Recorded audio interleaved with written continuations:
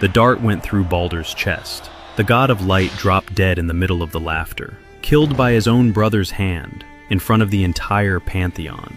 Odin's prophecy had begun, triggered by the exact person his prophecy had pushed too far. And when the gods discovered who had guided that blind hand, they invented a punishment worse than any death.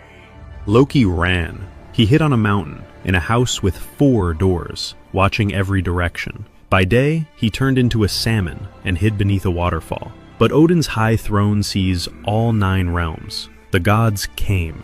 Loki, in salmon form, leaped to escape the net, and Thor caught him mid-air, barehanded, squeezing so hard that salmon have had thin tails ever since. They dragged him to a cave, and because of the blood oath, because Odin had sworn Loki would always have a place at his side, they could not kill him, so they did this instead. They took Loki's 2 sons, innocent boys, raised in Asgard. They turned one into a wolf, and watched as the wolf tore his own brother apart.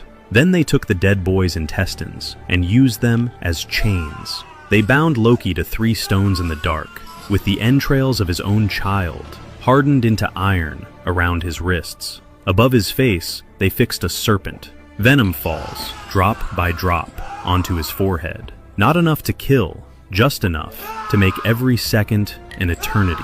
His wife Sigyn stayed. She kneels beside him holding a bowl over his face, catching the poison, for years, for centuries. But the bowl fills, and every time she turns to empty it, the venom lands on his skin, and Loki convulses so violently that the earth itself shakes. Every earthquake ever felt by mortals, that's Loki, screaming under a rock, tied with his son's intestines, waiting for his wife to turn back around. The gods thought they had won. They had only lit the fuse.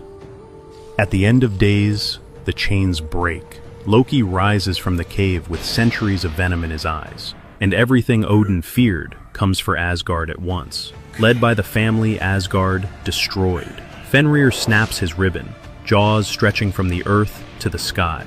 Jormungandr surges out of the ocean, drowning the realms, and through the open gates of the dead marches Hel, with an army, and with a ship for her father, Naglfar, a ship built entirely from the fingernails of corpses. Loki takes the helm, and steers his children's revenge straight into the heart of the gods. Fenrir swallows Odin whole.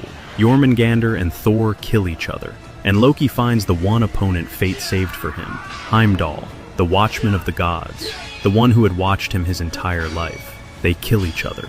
Neither survives the other by more than a breath.